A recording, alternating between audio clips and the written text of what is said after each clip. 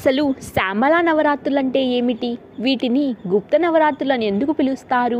ఈ నవరాత్రుల్లో అమ్మవారిని ఏ ఏ పేర్లతో పిలుస్తారు? ఈ సంవత్సరం ఈ నవరాత్రులు ఎప్పుడు వచ్చాయో మనం ఈ వీడియోలో తెలుసుకుందాం.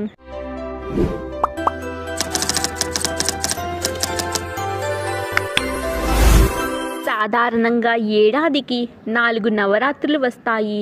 అవి చైత్రమాసంలో వచ్చే వసంత నవరాత్రులు, ఆషాఢ మాసంలో వచ్చే వారాహి నవరాత్రులు, ఆశ్వజ మాసంలో వచ్చే శరన్నవరాత్రులు, మాఘమాసంలో వచ్చే శ్యామలా నవరాత్రులు. వీటిల్లో చైత్రమాసంలో వచ్చే వసంత నవరాత్రులు, ఆశ్వజ మాసంలో వచ్చే శరన్నవరాత్రులు అందరికీ సుపరిచితమే. కానీ మిగిలిన 2 నవరాత్రులను గుప్త నవరాత్రులు అని పిలుస్తారు. ఈ గుప్త నవరాత్రులు సాధారణ పూజలు, వ్రతాలు లాగా అందరినీ పిలిచి చెయ్యరు. చాలా రహస్యంగా ఆచరిస్తారు. అందున ఈ నవరాత్రులను గుప్త నవరాత్రులు అని పిలుస్తారు.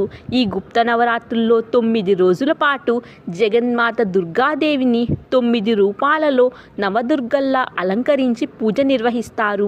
దక్షిణ భారతదేశంలో ఈ నవరాత్రులను శ్యామలా నవరాత్రులుగా జరుపుకుంటారు. ఈ శ్యామలా నవరాత్రులు మాఘశుద్ధ పాడ్యమితో ప్రారంభమయ్యి మాఘశుద్ధ నవమితో ముగుస్తాయి. ఈ శ్యామలా నవరాత్రులు ఈ సంవత్సరం జనవరి 30తో ప్రారంభమయ్యి ఫిబ్రవరి 6తో ముగుస్తాయి. ఈ నవరాత్రుల్లో అమ్మవారిని 9 రోజుల పాటు వివిధ నామాలతో భక్తులు ఆరాధిస్తారు. వాటి వివరాలు ఇప్పుడు తెలుసుకుందాం.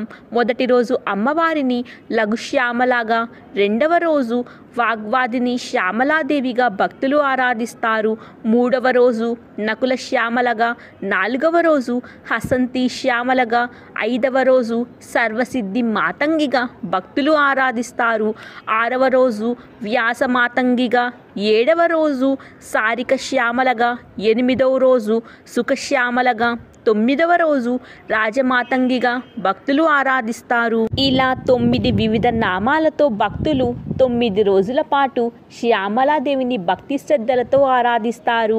ఇలా భక్తి శ్రద్ధలతో ఆరాధించిన వారికి ఉద్యోగం, వ్యాపారంలో అభివృద్ధి కలిగి ఐశ్వర్యం లభిస్తుందని నమ్ముతారు. ముఖ్యంగా వివాహం కాని వారికి వివాహం జరుగుతుందని భక్తుల ప్రగాఢ నమ్మకం. అసలు ఈ శ్యామలాదేవి ఎవరు?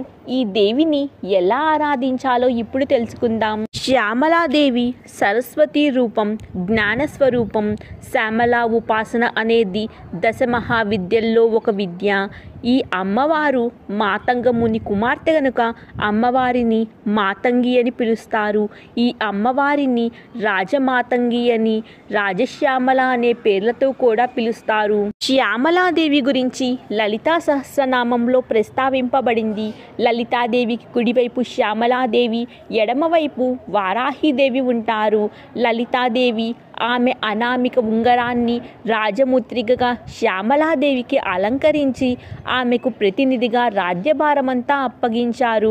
అందుకే శ్యామలాదేవిని రాజశ్యామలాగా పిలుస్తారు. పూర్వం పండాసురుడనే రాక్షసుడిని సంహరించిన అనంతరం ఆదిపరాశక్తి అయిన లలితాదేవి శ్యామలాదేవిని సృష్టించి 16 మంది మంత్రులలో ముఖ్యమైన మంత్రిగా శ్యామలాదేవిని నియమిస్తారు. అందువల్ల శ్యామలాదేవిని మంత్రిని దేవిని అని కూడా పిలుస్తారు. అంతేకాకుండా 10 మహావిద్యల్లో మాతంగి అని కూడా అమ్మవారిని పిలుస్తారు. 10 మహావిద్యల్లో శ్రీ విద్య అనంతరం అంత ప్రసిద్ధిగా చెప్పుకునేది మాతంగి శ్యామలా ఉపాసన. ఈ ఉపాసన వామాచారం, దక్షిణాచారం 2 పద్ధతుల్లో ఆచరిస్తారు.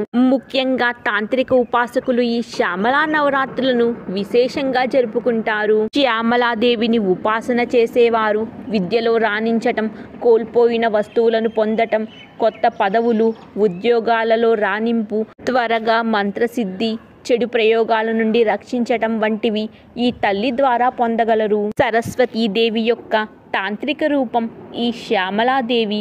అభివృద్ధికి, ఎందులోనైనా విద్యాప్రాప్తికి ఈ అమ్మవారిని భక్తులు ఉపాసిస్తారు. అమ్మవారి పూజా విధానం గురించి తెలుసుకుందాం. ఈ దేవికి నిత్య పూజతో పాటు మాతంగి అష్టోత్తరం, షోడశనామాలతో కుంకుమార్చను ఆచరించాలి. వీలైతే మాతంగి స్తోత్రాలు, హృదయం, కవచం, సహస్రనామాలు వంటివి పారాయణ చేయవచ్చు. శ్యామలాదేవి అతి శక్తివంతమైన 16 నామాలతో పూజ ఆచరించాలి.